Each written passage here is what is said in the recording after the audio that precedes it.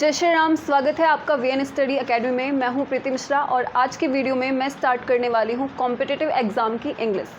तो बिल्कुल बेसिक से टॉपिक वाइज जो है हम पूरा सिलेबस कवर करेंगे, grammar and vocab and comprehension का। तो अगर आप किसी भी कॉम्पिटिटिव एग्ज़ाम की तैयारी कर रहे हैं तो ये क्लास आपके लिए बहुत यूज़फुल रहने वाली है। तो बिना टाइम वेस्ट करते हुए सबसे पहले डिस्कस करते हैं हम सिलेबस। तो वोकैब एंड कॉम्प्रिहेंशन में कौन कौन से टॉपिक रहेंगे देखते हैं। सबसे पहले वोकैब जो है एक प्रशांत महासागर की तरह है, आप जितना भी पढ़ लें वो हमेशा कम ही होता है और जितना भी लर्न कर लें एग्ज़ाम में हमेशा कुछ ना कुछ नया देखने को मिलता है। तो वोकैब को रटने के बजाय जो है समझने पे ज़्यादा फोकस करेंगे और वोकैब को पढ़ेंगे हम 3 मेथड से, root word, mnemonics and grouping. अब ये तीनों है क्या, इसके बारे में मैं आपको थोड़ा थोड़ा बताऊंगी और इसको जो है हम डिटेल में क्लास में डिस्कस करेंगे। सबसे पहले ग्रुपिंग। ग्रुपिंग का मतलब होता है जो भी एक जैसे शब्द हैं उनको एक साथ पढ़ा देना, ठीक है, एक साथ कर लेना, वो क्या हो गया, ग्रुप हो गया। उनको ग्रुप में कर लेना, ठीक है। एक जैसे जो भी शब्द होंगे, ये नहीं कि एक यहाँ पढ़ा एक बाद में पढ़ेंगे एक बाद में पढ़ेंगे, ऐसे नहीं, उन सबको हम एक साथ करेंगे तो वो हो गया ग्रुपिंग। इसके बाद निमोनिक्स हो गया, किसी भी चीज़ को रिलेट करके लर्न करना, ठीक है। और जो सबसे बेस्ट मेथड है मेरे अकॉर्डिंग वो है रूट वर्ड।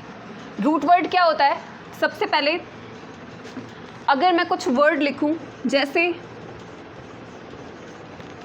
पॉलीगन, पॉलीएंड्री और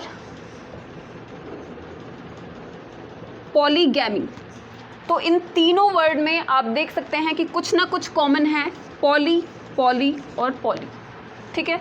तो पॉली का जो मतलब है उसका मतलब होता है मैनी या फिर बहुत सारे, ठीक है, बहुत सारे की बात की जा रही है। तो पॉलीगन जिसकी बहुत सारी भुजाएं हों, पॉलीएंड्री बहुत सारे पति हों, पॉलीगैमी जिसकी बहुत सारी शादियां हों, ठीक है। तो पॉली जो है एक रूट वर्ड हो गया, इससे आपको जितने भी पॉली से रिलेटेड वर्ड हैं वो आपको लर्न हो जाएंगे। तो सबसे बेस्ट मेथड जो है वो है रूट वर्ड। तो इन 3 मेथड से हम वोकैब को कवर करने वाले हैं। इसके बाद नेक्स्ट टॉपिक हमारा रहेगा कंफ्यूजिंग वर्ड। कंफ्यूजिंग वर्ड वो होते हैं जो हमें कंफ्यूज करते हैं, जैसे एक्सेप्ट और एक्सेप्ट, दोनों बोलने में क्या है, एक जैसे हैं, कंफ्यूजिंग है, पर दोनों के मीनिंग जो हैं वो अलग अलग होते हैं।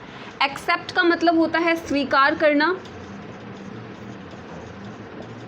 और इस एक्सेप्ट का मतलब होता है अतिरिक्त या फिर अलावा, ठीक है। एक्सेप्ट यू, एक्सेप्ट मी, ठीक है, मेरे अलावा, उसके अलावा, तो वो एक्सेप्ट हो गया और एक्सेप्ट का मतलब स्वीकार करना, ठीक है। तो कंफ्यूजिंग वर्ड को कहते हैं होमोनिम। ये जो है हम डिटेल में डिस्कस करेंगे आगे। इसके बाद नेक्स्ट टॉपिक रहेगा वन वर्ड सब्स्टिट्यूशन, अनेक शब्दों के लिए एक शब्द, हिंदी में पढ़ा होगा। नेक्स्ट ईडियम एंड फ्रेसेस, मुहावरे और लोकोक्तियाँ जो होती हैं।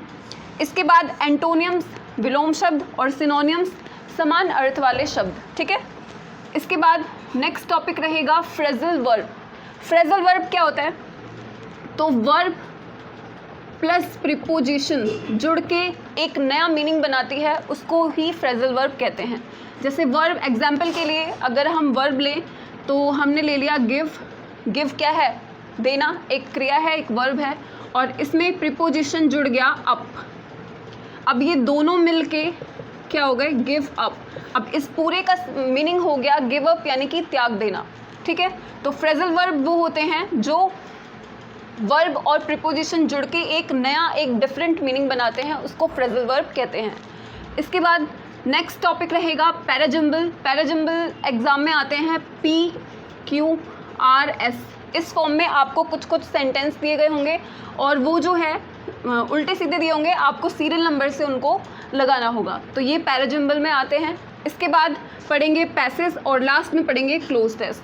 तो ये सिलेबस जो है वोकैब एंड कॉम्प्रिहेंशन का रहने वाला है, ठीक है। इसके बाद ग्रामर का सिलेबस डिस्कस करते हैं, उसमें हम क्या क्या पढ़ने वाले हैं।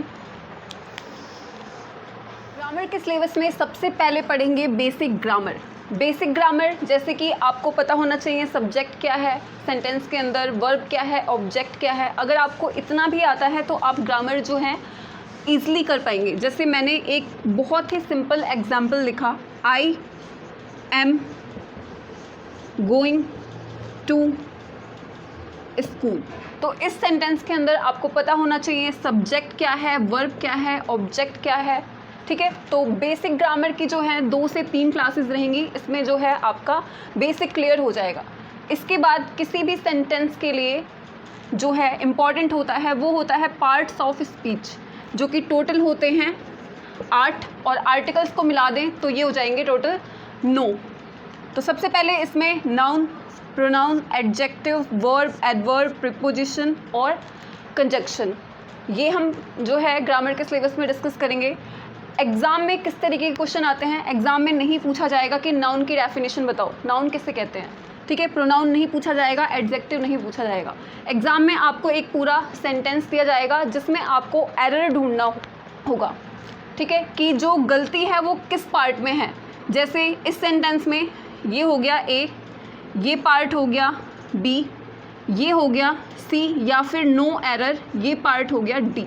अब आपको बताना है कि इसमें जो है एरर किस पार्ट में है, ठीक। ऑप्शन नंबर ए में है, बी में है, सी में है, और अगर कोई एरर नहीं है तो आपको डी चूज़ करना है, ठीक है।